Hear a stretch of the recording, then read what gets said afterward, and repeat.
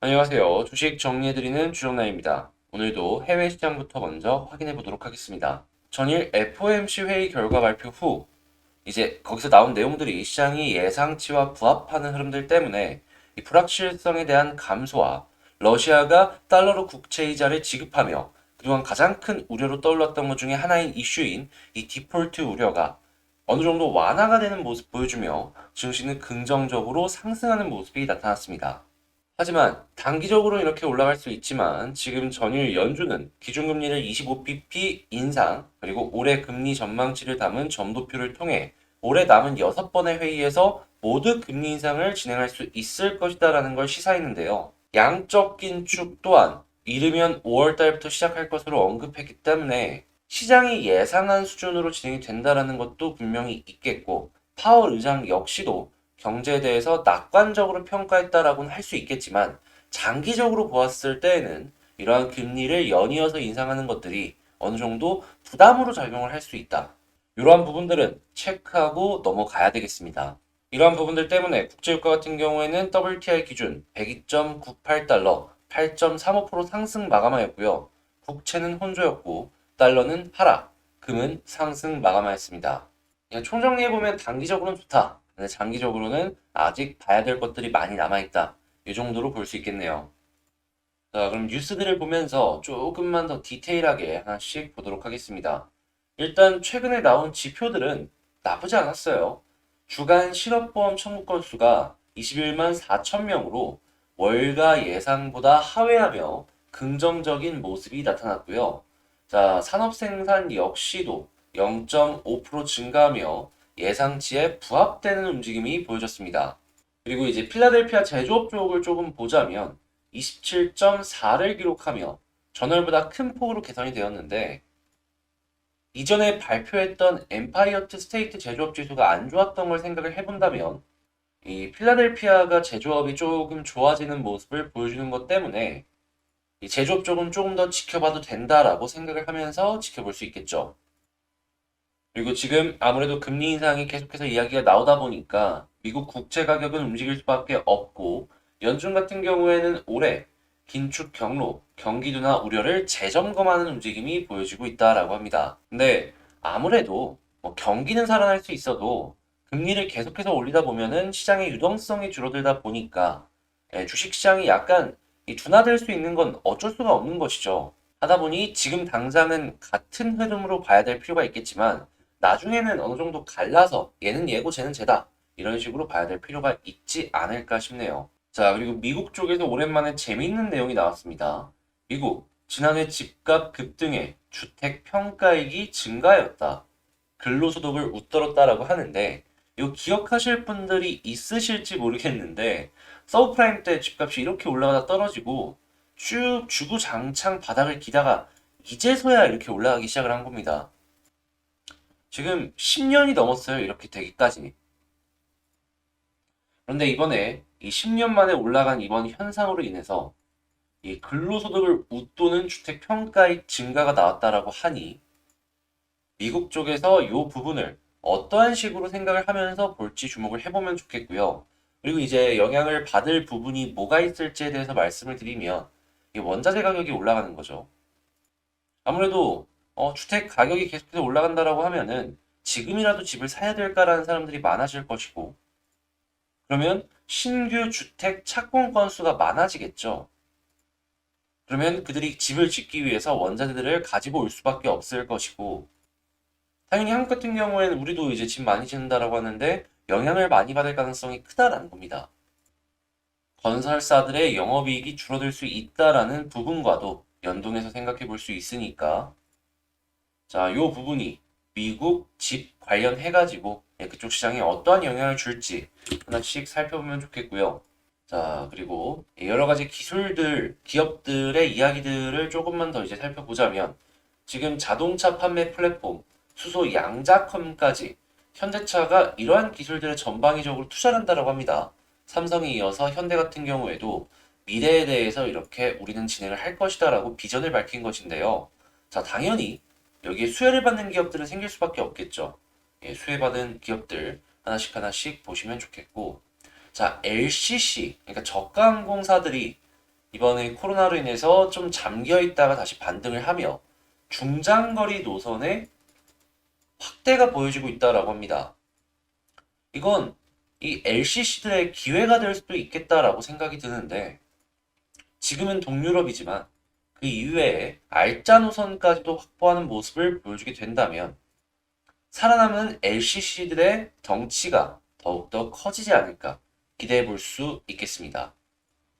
그래서 이런 쪽도 있다라는 거 주목을 해보면 좋겠고요. 이 아무래도 유가가 올라가다 보니까 이 유류 할증이 많이 붙을 수밖에 없단 말이에요. 싼 항공사를 많이들 찾을 텐데 여행 가고 싶으니까. 근데 이런 LCC들이 중장거리 노선까지도 공략을 한다라고 하면은 저는 주목도는 더욱더 올라가지 않을까 싶습니다. 자, 그리고 삼성 갤럭시 A 시리즈가 출격을 하는데 중저가 폼에 프리미엄 기능을 넣을 것이다라고 해요. 이 이야기는 이 중저가 폰에 프리미엄 부품이 들어갈 수 있다라는 것인데 당연히 이 이야기는 부품 관련주들 조금 더 비싼 거 팔아먹을 수 있다라는 것이겠죠. 당연히 그러면 매출은 늘어날 것이고 자, 그리고 아까 말씀드렸다시피 이 산업의 원자재 이러한 뉴스들은 계속 나오는 걸 확인할 수가 있습니다. 시멘트 공장 앞에 늘어선 줄 이대로 가면 건설 현장 멈출판이다 라고 이야기를 하는데 당연히 시멘트 관련된 이런 기업들 같은 경우에는 지금은 그저 좋다 라고 생각을 하면서 볼 수밖에 없겠죠. 자, 그리고 이 드라마 제작사들이 다시금 떠오르는 모습이 보여지고 있는데 레몽레인이 올해 폭발적인 성장이 기대가 된다라고 합니다. 그래서 드라마 제작사 중에 가장 저평가되어 있는 상황이다라고 하는데 여기가 위즈익 스튜디오 자회사죠. 컴투스가 위즈익을 갖고 있기 때문에 그냥 컴투스 그룹 내에 있는 드라마 제작사다라고 생각하시면 되겠는데 아무튼 좋은 모습이 이렇게 보여주고 있다라고 합니다. 그래서 요거까지 하나씩 파악을 해놓으시면 도움이 되시겠네요. 자, 이렇게 이 뉴스들부터 해외 시장 정리까지 쭉 한번 훑어봤는데요. 어떻게 좀 도움이 되셨나요? 도움 되셨다라고 생각을 하신다면 여러분 구독과 좋아요 한 번씩 부탁을 드리고 지금 방금 말씀을 드린 이러한 내용들 같은 경우에는 이 장 시작 전에 제가 다 정리를 해서 올려드린다라는 거 그리고 요 공부방에서는 여러 가지 뉴스들 당장 오늘 아침만 하더라도 UL 로보틱스 상장하니까 이런 것들이 있다라는 거 주목해보라 이런 거 말씀드렸고 그리고 공부할 만한 리포트 뭐 수급 분석 같은 것도 말씀을 드리고 있거든요. 자, 이렇게 말씀을 드리는데 여기 한번 들어와가지고 공부해보겠다라는 생각 조금이라도 들지 않으십니까?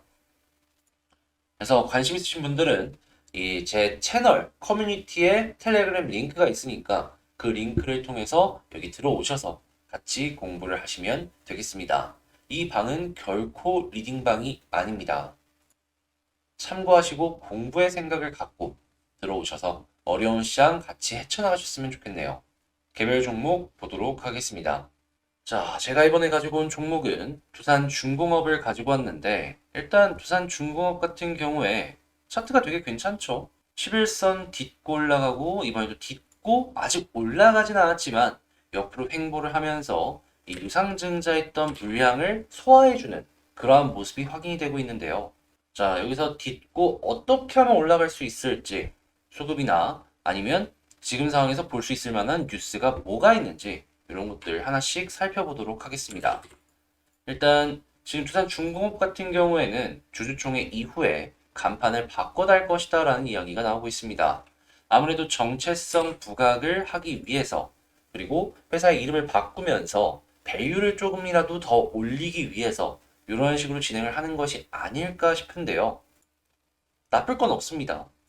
이 두산중공업이라는 이름을 달고 최근에 너무 힘들었잖아요.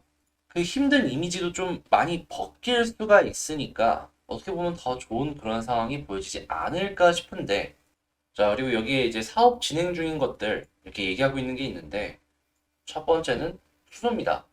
왜냐하면 지금 이 수소에 대한 이야기가 계속 나오고 있어요.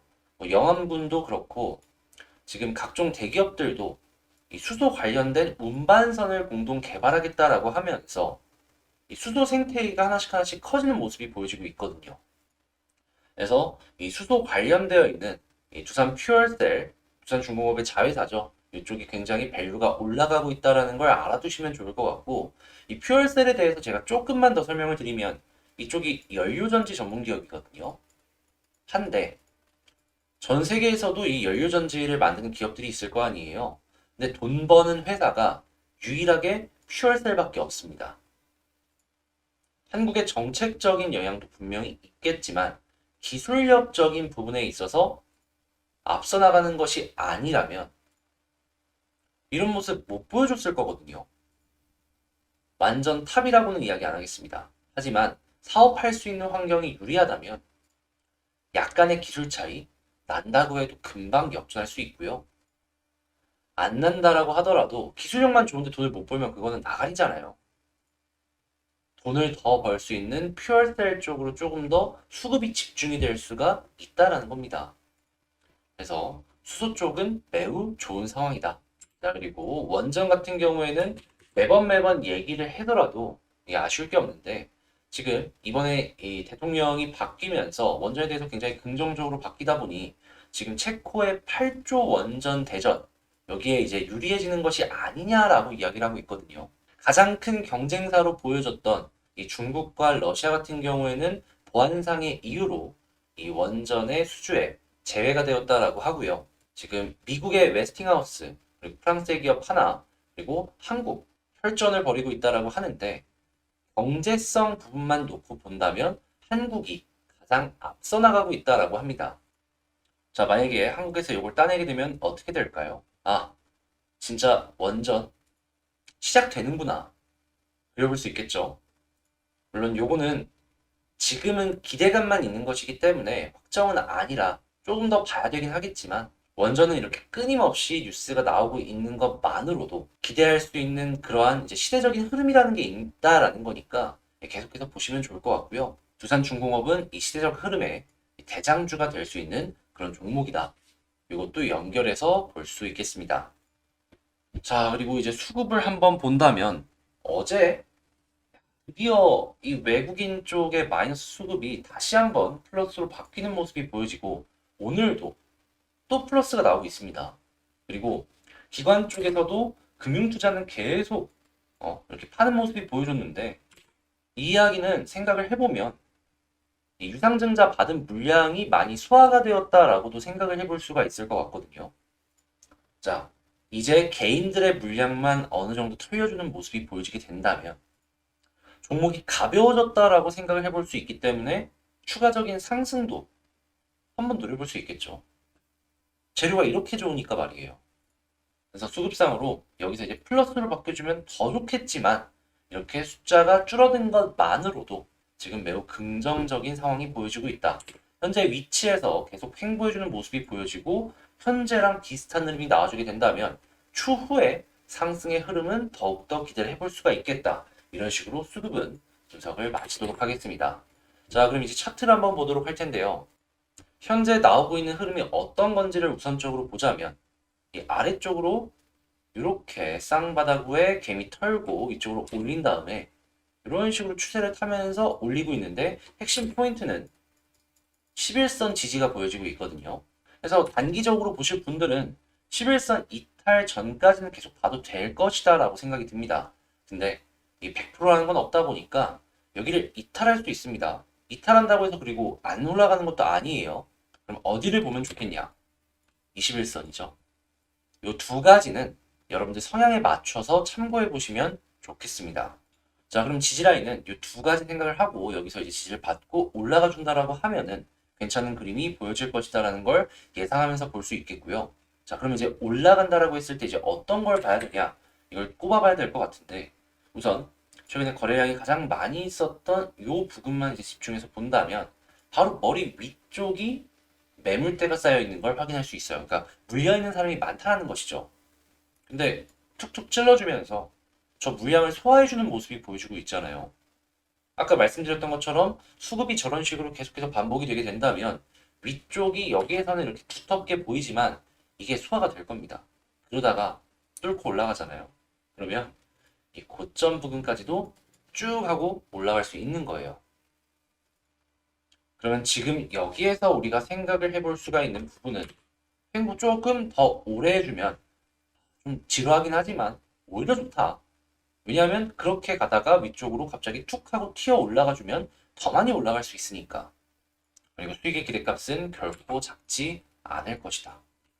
자, 하다면 이런 것들 제가 방금 말씀드린 걸로 한번 이 매매 전략을 짜본다면 나 단기 생각한다. 11선 이탈 전까지 그냥 홀딩하면서 매물 소화되고 쭉 올라가네? 아, 그럼 수익 보는 거고. 그냥 조금 더 중기로 본다. 21선까지 보는 거죠. 그리고 상승은 여기랑 동일하게 올라갔을 때 쭉 올라가는 그런 그림을 머릿속으로 그려보면 좋을 것 같네요. 자, 이렇게 두산 중공업을 한번 맞춰봤는데요.